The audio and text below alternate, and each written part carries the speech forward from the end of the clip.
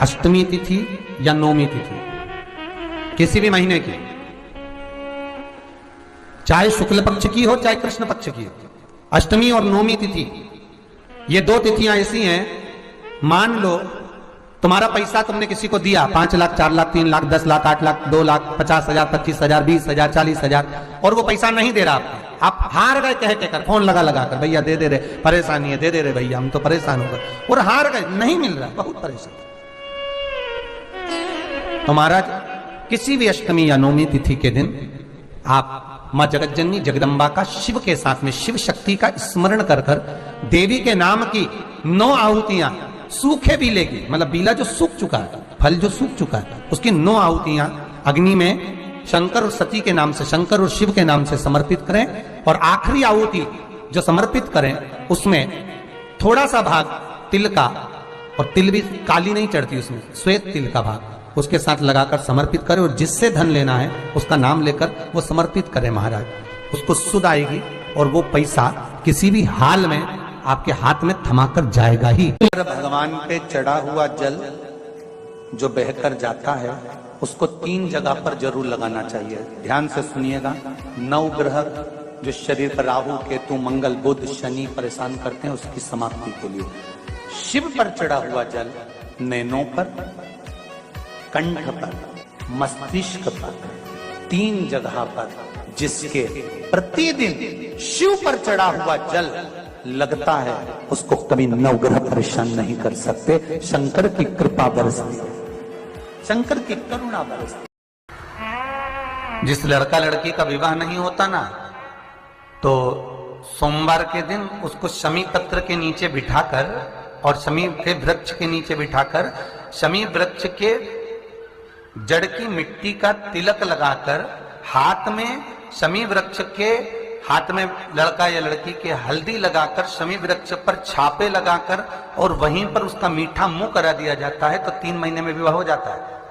प्रयास करना जिंदगी में एक बार, जिन बेटा बेटी का मंगल विवाह नहीं हुआ हो और जिसको लगता है कि भगवान शादी हो तो ऐसी जगह हो जहां हमारा आदर हो, सम्मान हो, सत्कार हो, जहां लोग हमारा आदर करें, सम्मान करें, सत्कार करें, ऐसी जगह विवाह हो जहां आदर सम्मान मिले। एक दुर्बा, एक बेलपत्र जो सोमवार की अष्टमी के दिन नंदीश्वर का स्पर्श कराकर, नंदी का स्पर्श कराकर, जलाधारी का स्पर्श कराकर शिवलिंग के ऊपर समर्पित कर देता है, उसको जो वर प्राप्त होता है और घर प्राप्त होता है वह अच्छा ही प्राप्त होता है। अदालत तक नहीं जाना पड़ता, तलाक तक बात नहीं पहुंचती और उसके घर में सुख और समृद्धि रहती। क्या कहती कोई पार्वती, जिस बेटा और बेटियों का मंगल विवाह नहीं होगा, शादी नहीं होगी, अगर अशोक सुंदरी का स्मरण कर कर एक बेलपत्र में लाल चंदन लगाकर एक मूंग के दाने के साथ अगर सुख सुंदरी के स्थान पर समर्पित कर देंगे तो उनके मंगल।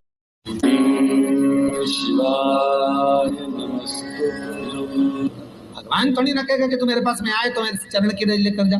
भगवान थोड़ी ना कहेगा कि मेरे पास में आकर तू ये लेकर जा। भगवान तो कहेगा मेरे पास में आया है, मांगना कुछ मत, बस मुझे जो स्नान कराया है मेरा चरणोदक लेकर जा, छीट दे पूरे घर में, संपदा भरना मेरा काम है। जहां मेरी चरण की रज पहुंच गई वहां संपदा स्वतः पहुंचती, मैं वहां पहुंच जाता हूं, तो चरणों तक ले जा। पर लोग ले जाते हैं, पूजन करते, कलश भी उंडेलते, जल भी चढ़ाते, पर आते समय खाली लेकर आ जाते। भगवान को इतना बुरा लगता, मेरे दरवाजे से खाली जाए, मुझे कितना बुरा लगेगा। जो आए वो भर कर जाए, भले 2 बूंद लेकर आओ, पर उसमें चरणों तक थोड़ा सा लेकर अवश्य। गर्ग संहिता में कहा गया, जब आप घर से जल लेकर जाते हो भरकर, तो ये सृष्टि की जितनी नदियां हैं, पृथ्वी पर जितनी नदियां विद्यमान हैं, जितने तालाब, जितने सरोवर, जितने कुंड, जितने विराजमान हैं, उन सारे तीर्थों का जल जब आप घर से लेकर निकलते हो तो वो तीर्थ का संपूर्ण जल आपके कलश में आ जाता है। और जब आप उस जल को शिव पर समर्पित कर देती हो और 2 बूंद चरणादक लेकर जब जाती हो, तो शिव महापुराण, गर्ग संहिता, पद्म पुराण कहती है वो जल साधारण नहीं रहता, वो गंगा जल बनकर तुम्हारे घर को पवित्र करने के लिए पहुंच जाता है। वो पवित्र गंगा जल बन उसको लेकर प्रवेश कर,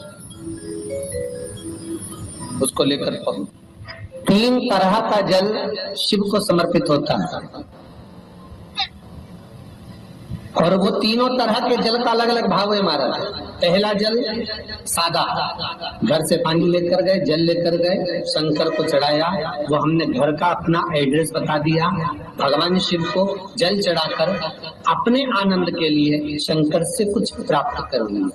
दूसरा जल, जल के कलश में थोड़ा सा इत्र डालकर शंकर को जब समर्पित करते हैं तो महाराज घर में अगर कोई व्यक्ति बहुत रोगीला है, बहुत रोगीला, एक शिव महापुराण में, स्कंद पुराण में, नर्मदा पुराण में, भविष्य पुराण में, अग्नि पुराण में, नारद पुराण में, बरहा पुराण में, वामन पुराण में जितनी चीजें लिखी गई है एक एक प्रैक्टिकल कर देखो तो शिव महापुराण, स्कंद पुराण का ये भाव याद करिए कि 1 लोटे पानी में इत्र मिलाकर, जल में इत्र मिलाकर, बहुत रोगीला व्यक्ति, बहुत बीमार व्यक्ति है, 1 लोटा पानी उसका हाथ का स्पर्श कराकर शंकर को चढ़ाना प्रारंभ कर दीजिए। महाराज केवल 5 या 7 दिन चढ़ा और वो 7 दिन के बाद में उस बीमार व्यक्ति का क्रम देखिए कि उसमें कितना आराम लगा है। औषधि दवाई काम करना प्रारंभ करी कि ना करी,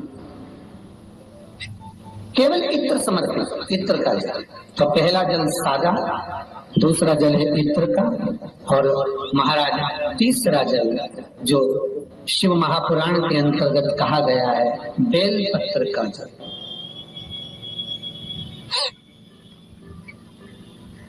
तीसरा जो जल है वो बेलपत्र का जल।